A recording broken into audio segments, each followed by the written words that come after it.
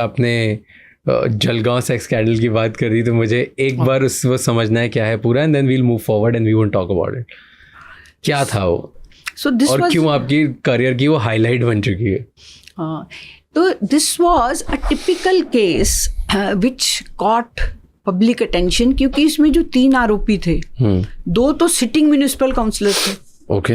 Actually जिनको women safety के लिए सबसे ज़्यादा इनिशिएटिव लेना चाहिए था वही आरोपी थे, और एक एमएलए का, पास्ट एमएलए, फॉर्मर एमएलए का बेटा था.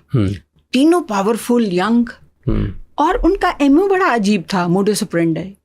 वो क्या करते थे, लोकल कॉलेज में एडमिशन ले लेते थे. तो उसकी वजह से उनको, ये देखो पुरानी बात है 94 की, लड़कियों के साथ इंटरेक्शन करने की मतलब वेन्यूज, और उन्हीं कॉलेजेस में कई बार उनको चीफ गेस्ट करके बुलाया जाता था. अच्छा. यू आर यंग, तुम्हारे पास पैसा है, तुम्हारे पास पावर है, तो लड़कियां अट्रैक्ट हुई तो पहले उनको मैरिज प्रॉमिस करो, देन सेक्सुअली एक्सप्लॉइट करो. और फिर उन्होंने ना, एक तिरुपति लॉज थी, वहाँ पे एक वीडियो लगा रखा था, that whole act of sexual intercourse वो रिकॉर्ड करो, फिर लड़कियों को ब्लैकमेल करो and force them to have sexual relationship with friends. और लड़कियां इसमें इतनी ज़्यादा फंस गई कि उनको समझ ही नहीं आ रहा था कि बाहर कैसे निकलें. इतनी ज़्यादा एक्सप्लॉयटेशन हो गया. और उस टाइम महाराष्ट्र में लेडी ऑफिसर्स थी नहीं. मैं बाय चांस सीआईडी में पोस्टेड थी, तो मुझे वहाँ जब भेजा गया तो एक्चुअली मेरे जो बॉस थे उन्होंने कहा तुम शहर में मत रहो, शहर में अगर रहोगी तो लड़कियां नहीं आएंगी. तो शहर से बाहर मुझे एक वो दे दिया गया. क्यों नहीं आएंगी लड़कियां शहर में? क्योंकि उनसे डरती थी, लोकल लीडर से डरती थी. और लड़कियां ऑल्सो, उनका मेन ये कहना था कि हमारे पेरेंट्स हमें केस नहीं दाखिल करने देंगे. वो भी सही था. तो ये केस स्टार्ट कैसे हो, पता कैसे चला कि ये हो रहा है? पर अचानक मीडिया में कोई बोला, नाम वाम तो आया नहीं, तो इतना ज़्यादा हंगामा कि 100 से ज़्यादा लड़कियों का एक्सप्लॉयटेशन हुआ है.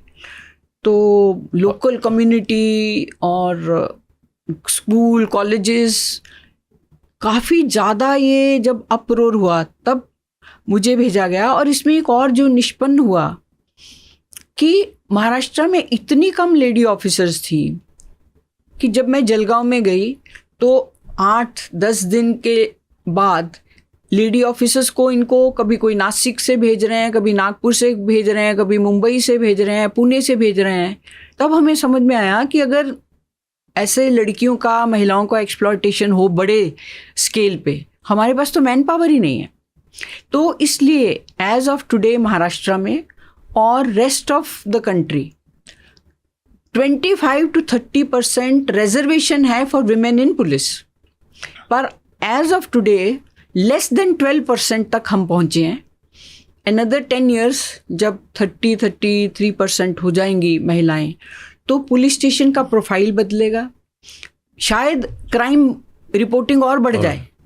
तो आप लोग जो हैं, आप लोग तो क्रिटिसाइज करेंगे कि महिलाओं के अगेंस्ट क्राइम बढ़ा है, बट अगर रिपोर्टिंग बढ़े दैट्स अ गुड साइन. सो आप बता रहे थे कि तो आपको पहले तो सिटी के बाहर आपको डाला, फिर कैसे वो सॉल्व हुआ, क्या हुआ? फिर वहाँ पे एक ही लोकल असिस्टेंट सब इंस्पेक्टर थी.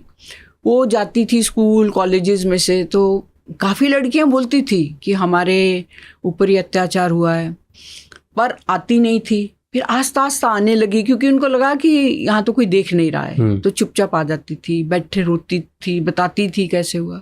फिर भी only 12 girls give their complaint. बाकी आके रो के बता के कैसे उनको ब्लैकमेल किया गया, ये यहाँ तक बोलती थी, पर केस नहीं देती थी. उदाहरण के लिए एक मेरे को जालना से लेटर आया, उसमें लड़की ने लिखा था, मुझे पता है आप लड़कियों को अप्रोच कर रहे हैं कंप्लेंट देने के लिए, मेरे साथ भी अत्याचार हुआ. मुझे ये भी समझ में आया है कि मेरी फ़ोटोग्राफ्स, वो उनकी नेकेड फ़ोटोग्राफ्स लेते थे और वो थी हमारे पास. अगर आप मेरे पास आए, मेरा तो अब विवाह हो गया है, मैं अब हैप्पीली मैरिड हूँ, अगर आप मेरे को अप्रोच किए तो मैं सुसाइड कर लूँगी. तो ये बहुत नाजुक सा हो जाता है टू हैंडल दीज केसेस. तो हम सिर्फ 12 केसेस ही कर पाए इसमें दाखिल.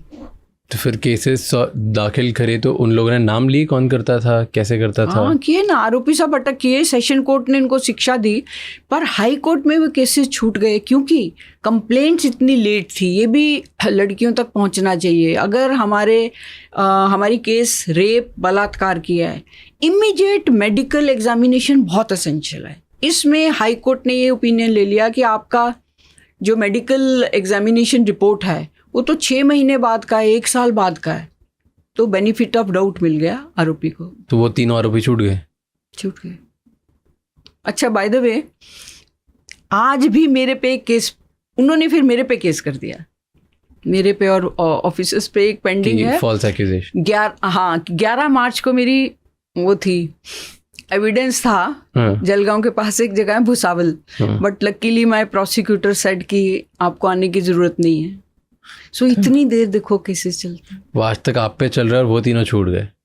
तो आपको बुरा नहीं, तो ऐसे बुरा नहीं लगता, अजीब नहीं लगता, गुस्सा नहीं आता? आता है ना कि अगर वो 100 से ज़्यादा लोगों को एक्सप्लॉइट कर गए, आपके पास एविडेंस है, आपने प्रूफ कर दिया, उनको डाल दिया और उसके बाद भी वो छूट गए, तो गुस्सा भी आता है। अब क्या करें, this is life and this is happening to an IPS officer. Exactly, थोड़ा think of what happens to ordinary citizen. मैं कह रही हूँ राज, पब्लिक प्रेशर बिल्ड करो। We should have more investment in criminal justice system in the country. Thank you so much for watching this clip till the end. For more such amazing, insightful clips, please subscribe to our channel.